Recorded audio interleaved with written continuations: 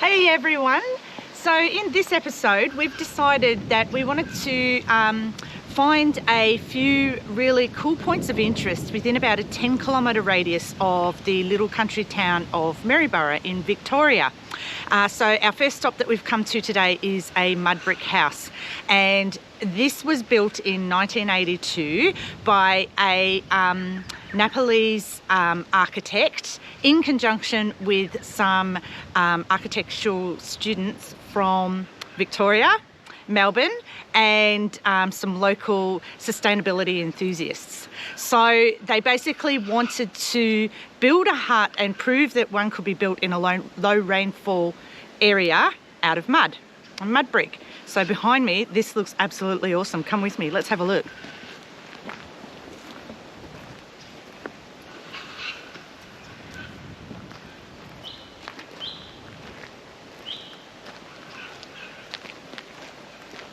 This is incredible to think that this was built in 1982 and it looks absolutely magnificent.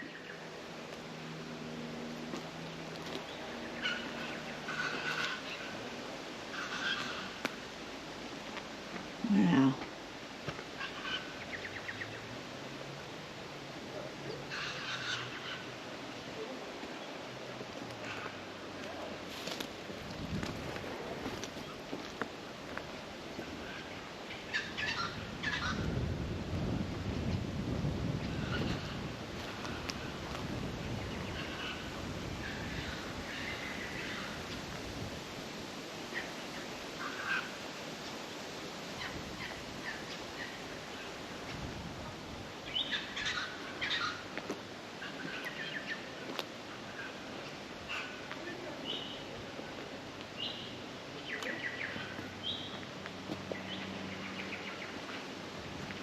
Huh, how cute is this?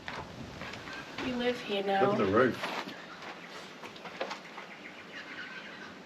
And then here's Wow. the dome roof.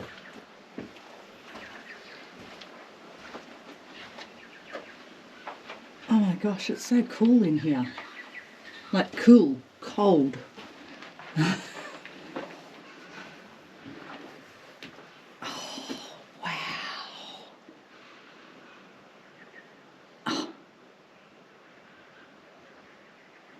That is remarkable. How cool is that, Charles? It's very cool.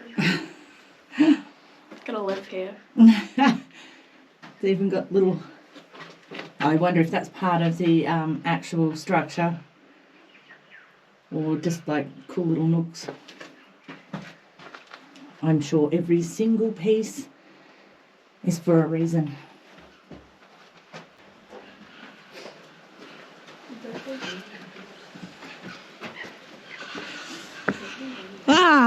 There you have it. That was absolutely brilliant to see. So definitely a must too. Just a little tip on the mapping. It's not exactly pinned on the map when you punch it in, the mudbrick house near Maryborough. So you just drive through to the end of the road, keep coming around. There in wet weather there is like a really big, muddy, precarious looking puddle. I know we're in a four-wheel drive, so we didn't have any issues. It felt pretty hard underfoot though, didn't it, Jay? Yeah. So it was pretty easy just to stick to the side and drive through. And here you are. So hope you enjoyed that. Let's go see what else we can find. Our next stop on our adventures for today around Maryborough is the Bulgari Aboriginal Rockwells, and these were created by the Aboriginal people before, long before European settlement, and they're one of 4 Aboriginal rock wells that have been recorded in the Maryborough region. They're absolutely remarkable in that they have quite narrow surfaces, specifically designed, they believe, to keep sediment and animals and things like that out of the water catchment. And the way that they've purposefully dug them, they go down 130 centimetres and hold up to 160 litres of water, which is a huge amount in these really dry regions, a very valuable water source for them. So I'm going to take you around and we're going to have a look at them. Obviously very well protected to preserve them with the fencing.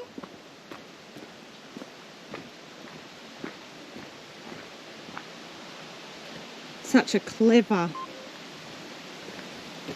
thing to do. And there you have them. Like, that's incredible. So obviously the way that they dug them into the sandstone was to catch the water runoff, but also they had some natural seepage of water coming through the cracks and crevices too to fill them up. It's amazing to think that they hold that much water. But there you have it. Very cool.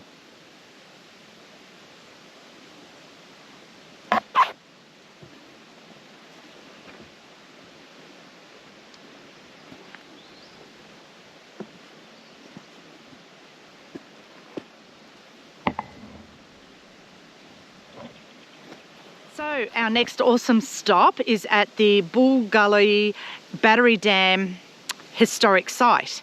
Now this is a really cool place to come to.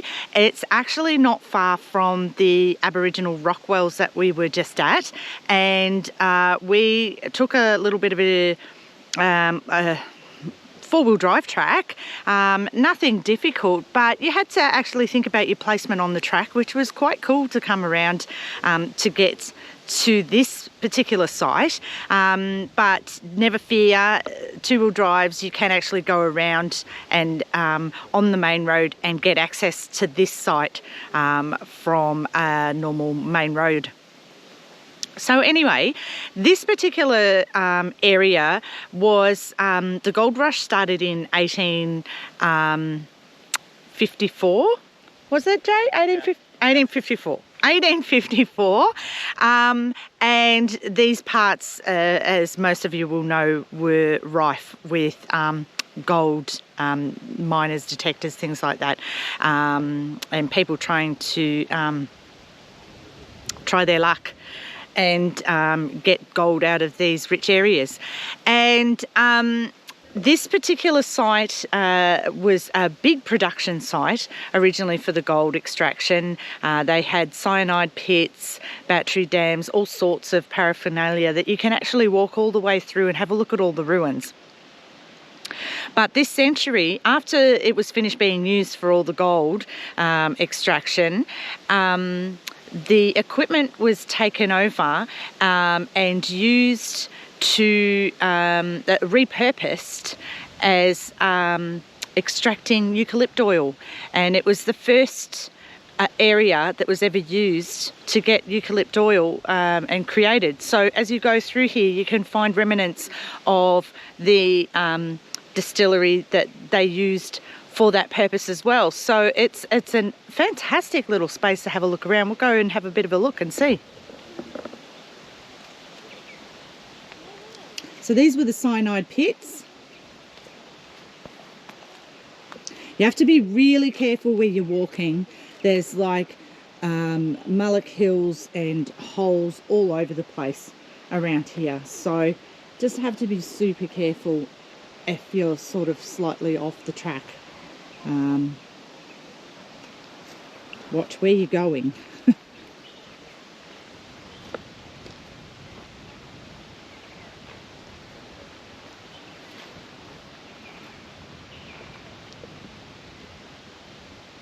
The big battery rams, it's a shame. They had some informational boards, but they've not been kept and you can't read them, which is a real shame because it's such a historically significant area.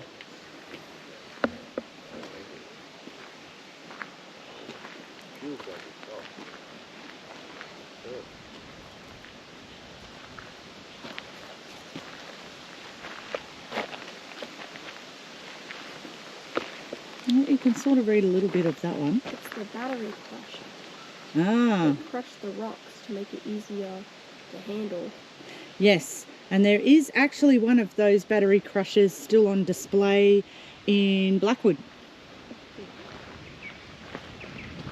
in the main town, which is very cool.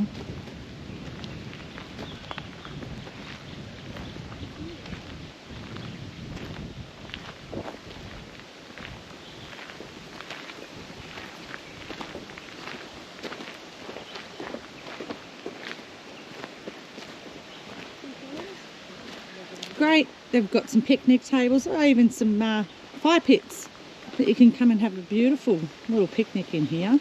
It's a lovely spot. And the walk goes on for quite a while, up in that direction and that direction.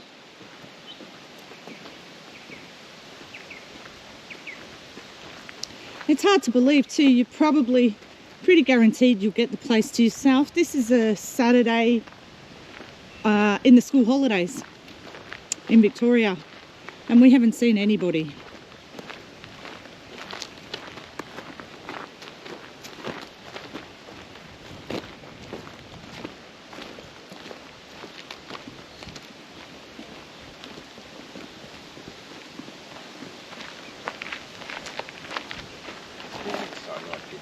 These are the cyanide pits. So what was it that I was looking at over there? They might have been the eucalypt catching pits.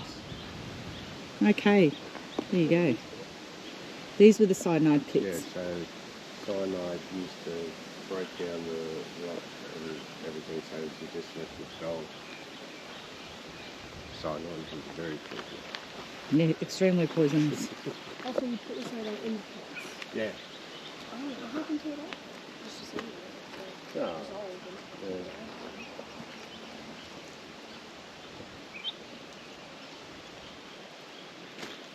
Oh, they roasted it. Yeah. Then they burnt it. Yep. Oh, that's smart.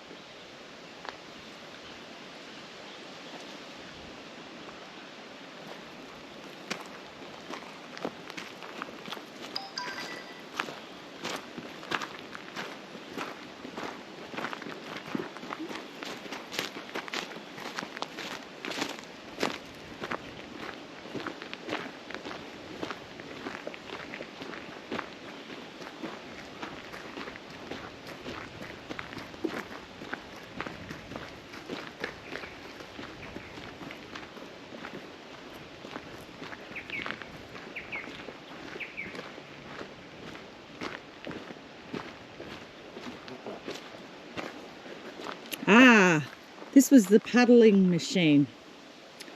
So another way that they used to crush the quartz. They'd have the horse going around the outer edge and crushing the quartz in the centre. You see one of these at Sovereign Hill. There's quite a few places that you can see. There's some of these. Yeah, that's right. It's a bit homemade. Yeah. All the timbers would have obviously rotted away and everything, but you can see what it would have looked like. Obviously didn't have trees there. The horses wouldn't have gone around the outer edge otherwise. Nature has taken over. Yeah, that looks like something that hasn't recovered, like a whole section. They probably surfaced the area, I reckon. So just strip the whole top. And still off. not recovered. No. Even after all this time. But everything else around it, even where the cyanide pits were, they're all good. Yeah, so what they're doing.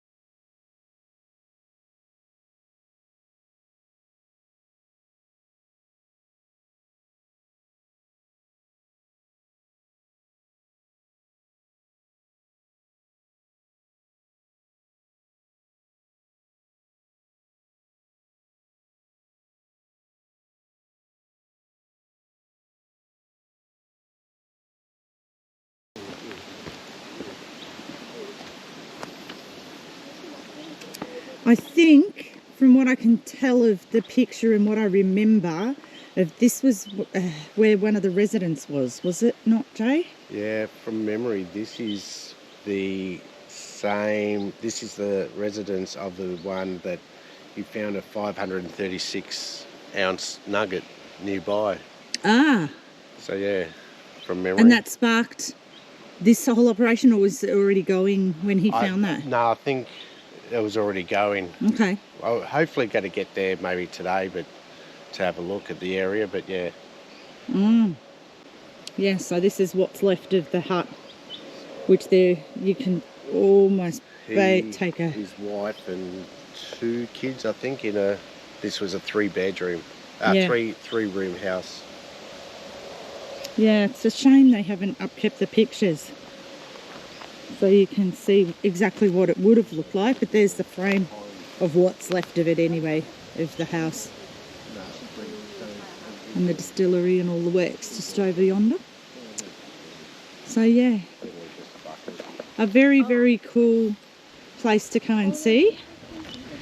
Now we will keep on going and see what else we can see in such a short span of area. We're doing really well so far. We've seen so much and we've only just touched the tip of the iceberg, so stay tuned and we'll see what else we can find. So we're literally minutes away from the main town of Maryborough in all the fun things that we've been doing this morning and exploring. So we thought, well, lunchtime, let's pop into town, and there's so many options, and we just love supporting local businesses as well.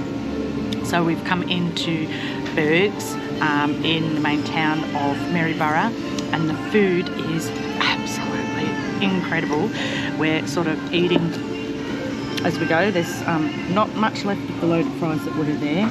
Amazing mocktails, burgers that look gorgeous, iced coffees, you can get a beer, you can get a wine, like really, really lovely, very favourable place, and we're enjoying it immensely. So we're going to fill up and then we're going to go back out and hit some more adventures.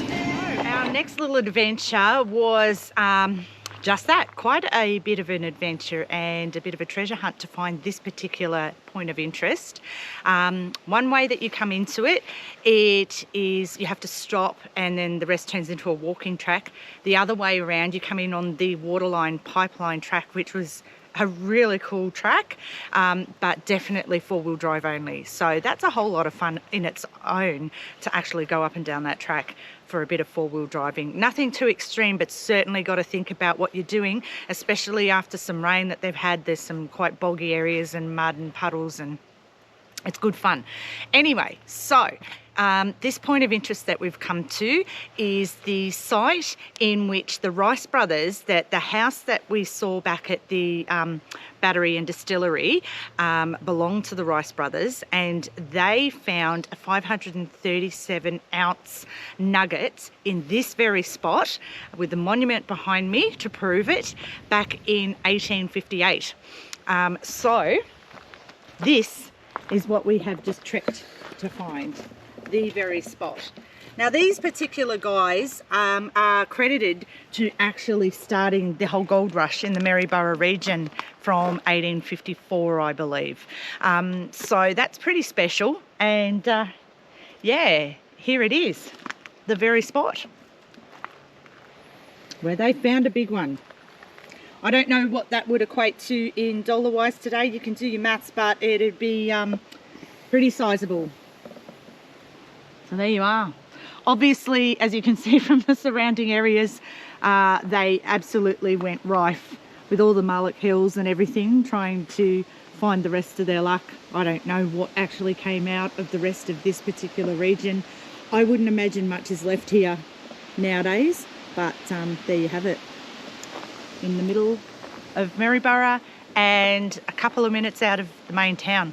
So there's another one. It's a good one to put on your map, as long as you have a 4-wheel drive. Thanks, guys.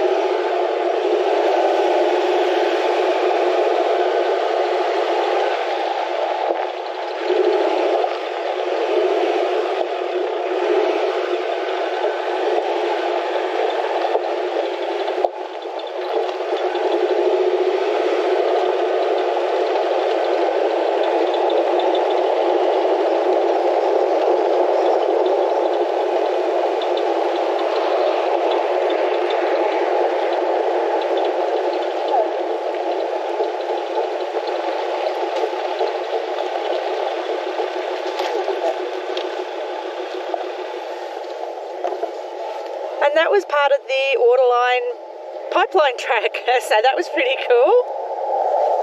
Our next point of interest on our little trail of adventures today is a spot that was on our U-Butte site, which we'll show you at the end of this little clip of videos as to how we've actually found all these awesome little spots. Jason found it through a Facebook page of all things, all these little hidden treasures. So we're only taking a few off the site today and going about, but there are loads and loads that you could do over days if you wanted to, all these points of interest. But the next one that we found is in Cragly State Forest, again, only a few minutes out of the main town of Maryborough. This was a little bit of fun to find as well. Again, I would recommend only doing it in a four-wheel drive. Nothing too difficult, but you really don't want to get stuck. We went up a few of wrong tracks trying to find it because we were coming in from the opposite direction. So it was a bit precarious and fun, but I wouldn't like to be doing it in a two-wheel drive. So this one is the ruins of an old miner's hut. So there's remnants of a chimney. If you have a look around, apparently scattered, there's some pottery and various bits of rubble from when the miner lived here. And there's a whole line of diggings and workings that you can see that we're going to go and have a look at in a second. And it does warn you that there's some very deep mine shafts in the area, so be very careful if you're coming in here and walking off the tracks in any direction. Always a good idea in these parts anyway. There are just holes and mullock heaps and hills everywhere, so you really have to keep your wits about you. But this particular spot is literally just off Majorca Road. I can see the cars on the main road. It's that close in off the track. So let's go and have a look.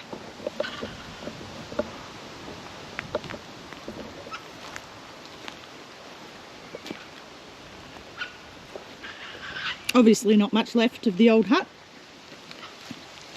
which I'm guessing the main portion of the hut would have been in this section here where Jason's standing.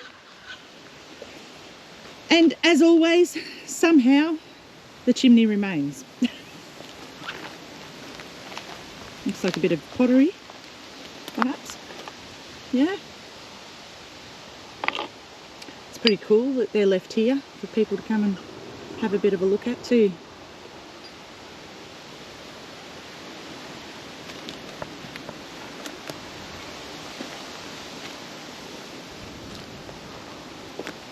So apparently behind the chimney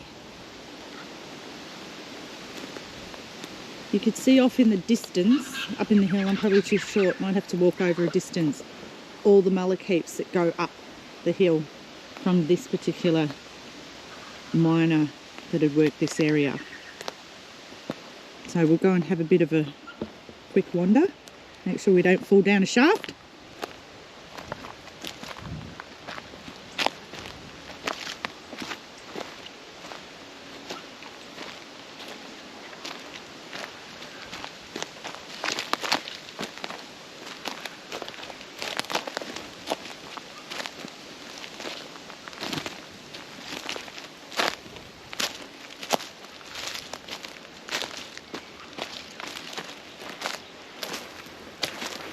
Oh, you can see, I don't know if you can actually see it in the footage, but the ground is very hilly. You've got diggings, obvious old digging sites everywhere here.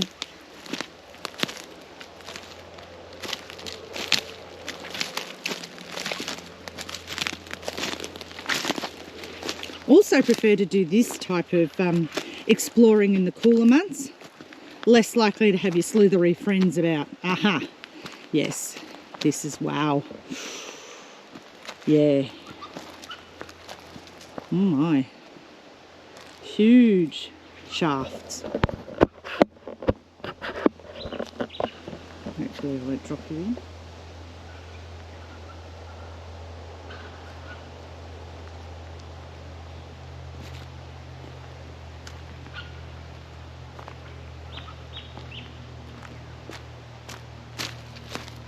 Wow.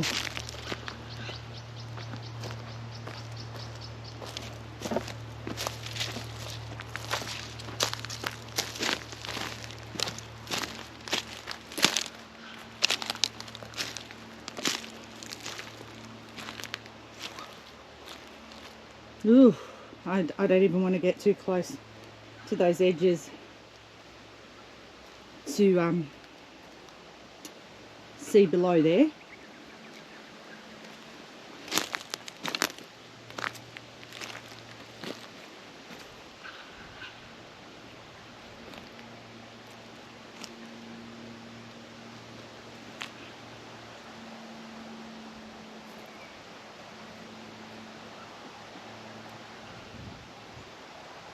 It's about as far and as close as I am prepared to, you can see the hut just over there, or remnants of the hut just over there, as I am to getting to those shafts. And you can see off in the distance there's like, it just goes all the way up the hill as well. So certainly a lot of work was done in these parts. So yeah, that was pretty cool to find, and we may have time for one more adventure before we finish this day out. We'll just have to see and come back to you. So our last point of interest for the day was supposed to be Brogan's Mudbrick fence, and the directions for this one were a little bit more tricky, a lot more elusive, and we've sort of left it a bit late in the day to start searching. We went in the wrong direction first, and by the time we realised and went back, we've just run out of time because we've booked a pub in the main town for dinner tonight, so we want to make sure that we get back and freshen up before we go out to dinner. So this one's stumped us a little bit. We haven't been able to find it as yet. We may be able to have some time and come out and search again tomorrow for it, because it'd be a good one to try and find if we can actually find it. But there you are. Hope you've enjoyed some of our points of interest that we've taken you to today. We certainly have. Now, the Facebook page that Jason found all these on is called the Goldfields Guide on Facebook. Go in there. They have the most incredible list of all sorts of wonderful things to do in all various parts of the goldfields. It will keep you busy for weeks in all sorts of areas. You hit the localized map, you can put in 10 kilometers from you, 20 kilometers from you, whatever you select. It's very easy to work with. And what we've found is that it's been a really good adventure with some of the descriptions to try and find some of the locations as well. But yeah, great day, great Facebook page. Wouldn't have had a clue of half of the sites without it.